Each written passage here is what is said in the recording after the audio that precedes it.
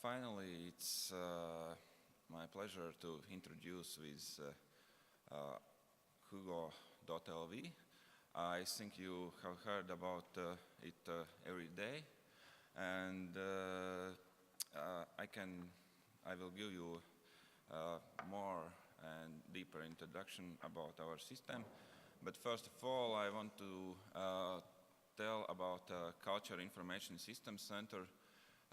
Our institution works under Ministry of Culture, and mostly before this project we worked and still working with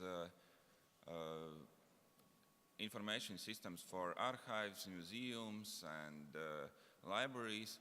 And this project, Hugo.lv, was also something new for us. So Latvian language has less than 2 million speakers worldwide. So Latvian language is actually a very small language, but we have a lot of resources which are, I think, which could be interesting for all of you in Europe, and they are not accessible because they are in Latvian. For example, a museum catalog which keeps more than 800,000 records of Latvian culture, but 99% of that information is in Latvian language. And we made some calculations how much it could cost to translate with translators. It was a lot of million euros. So in this case, our system could help to translate it faster and cheaper.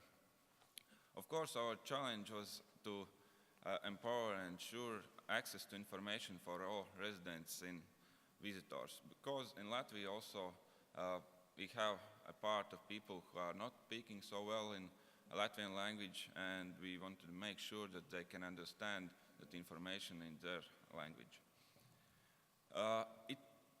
It's connected with e-government goals that we have to reach marginalized groups of citizens. We have to increase citizen participation in e-government and also enable ICT integration in EU level. This project was financed by European Regional Development Fund, and we worked on this project for the last 2 years, and cost for whole project was a little bit more than 1 million euros, and that cost and was for development of system and also from some hardware resources and consulting, but system developers was a well-known company in Europe from Latvia, Stilde. And this is our translation system, Hugo. It's simple and it's easy to access. And if you ask me what does it mean, Hugo.lv, it's actually it's our brand name for our system. And it's not some collection of some names, but it's Hugo.lv. And it's also accessible from different devices, and it's so it's easy for you to open your mobile device and open the site and translate. So you can see in my device, Hugo now is main translation web app, and I use it every day. At this moment, we have possible translation from Latvian to English, from English to Latvian, and also from Latvian to Russian language. We have divided that language pairs for 2 different areas. One is general, which you use every day, and the second one is legislative acts, if you want to translate some special documents from government and for better translation. What are the benefits for our system? It's adapted for government and public sector, so the translations are better. Of course, it's a secure system because we don't know what you translate, and it's accessible over secure connection. And one of the example is that the Ministry of Foreign Affairs can't use Google Translate or Bing Translator in their ministry, so because it's not safe for them, especially in presidency of Latvia period, so this tool is great for them at this moment. And also we can easily integrate our system in e-services and government websites.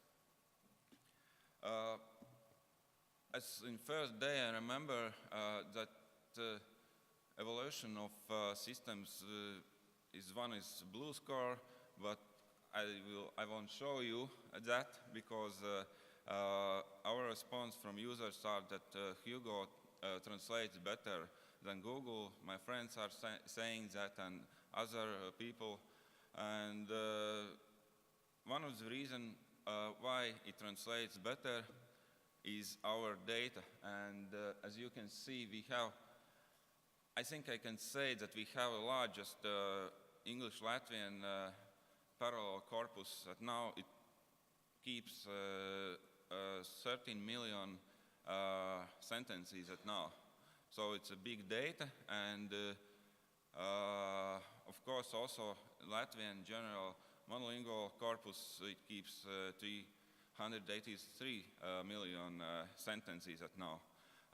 And I think that makes better translation at this moment.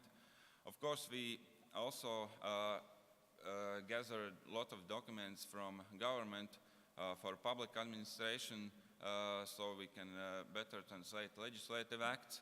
That was not an easy job, but together with Tilde we made that possible. And also one thing is with Latvian language that it's a very fusional language, and mostly it doesn't follow a set rule of the formation of words. So for machine translation, it's not easy to make good translations, and of course there has been some funny translations we have seen on Twitter, some user experience, but mostly the public response is that translation is better. And the ways you can access our machine translation system is, of course, a public website which allows you to translate text. You can upload documents, and also you can translate any website from languages which I mentioned previously. For e-government services and other information systems, we have special API, and also we have a simple website translation widget which anybody can integrate in their websites, and which allows you to translate easily the website from Latvian to English and from Latvian to Russian language. And one good point is that registered users which are integrating that website translation widgets in their websites can edit translations so for that website, and make better user experience in different languages. One example of integrating Hugo LV is Latvia's e-services website, latvia.lv. This website consists of all Latvian e-services now, and also different other services, but mostly I would like to say that almost all the services are in Latvian language because institutions can't afford translations to translate them in English and Latvian, English and Russian languages. So this is a good example how the two different government institutions are working together and using a system for translations. And so with this, lot of foreign visitors and Russian-speaking people can access our website of services easily and understand what the government and municipalities are offering for them. Other example I think you have seen is a special tool for Latvian presidency, which Tilda made it available, and I think you have seen that black box in the next room. It's special made for journalists which are visiting the main building at Latvian Presidency, National Library of Latvia, and can translate news and other portals for their information. Before I switch to our future, I want to say that at this moment, when the system is available from December of 17th December of last year, it's 4 months online now. We have seen that there has been made 400,000 translation requests at this moment. It's from API, from widgets, and from users at public website. So that number is growing fast, and users are switching, I think, from Google Translate from our system. Of course, it's a lot of PR things to manage that and to tell that we have a new translation system, but I think that the results will be better and better. So about the future, I'm sorry that my slide is a little bit in Latvian, but we have this is a graph of Latvian e-government basic services for the next planning period, and as you can see in left, in right down, there is one of the basic services are machine translation. So it's already in our e-government documents, in e-government planning documents, and machine translation is the same platform and same services as payments, e-signatures, authorization, and other services, and search services, but it's a service for everyone, for every institution to use in the future. And we have just finished our first project of machine translation system, but we already are starting to plan and to work for the next 2 years, and we plan to do a lot of things from 2016 to 2018. We would like to add more languages. We are thinking of Latvian, German, and Latvian French languages pairs. One of the reasons why German, because Latvia has economical connections with Germany, and with French, of course, is more about working with European Commission and European Union.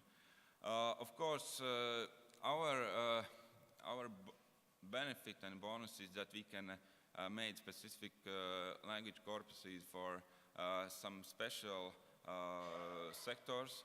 For example, for cultural sector, today we signed Ministry of Culture and signed with European a memorandum of understanding that in the next years we will provide translation of cultural information. We will use our translation system and we'll integrate that in Europeana. Of course, that's a big job because cultural information is not so easy to translate.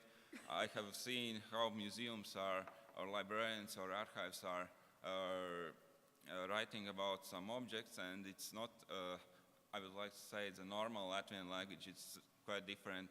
Of course, we are thinking of health and justice special corpuses. At this moment, our date is not so open, but we plan to make a special place for opening all the language corpuses for use for other systems and also for scientists to search for Latvian language, how it is changing and how we are using it. And of course, other benefit is that we can make unified terminology for translation for all government institutions, and translation always will be the same for all government institutions. And one lab thing we are thinking is we can do something with voice recognition for some special cases like in justice and health, and yeah, but that could be not so easy, but we will do something in this sector. So, thank you.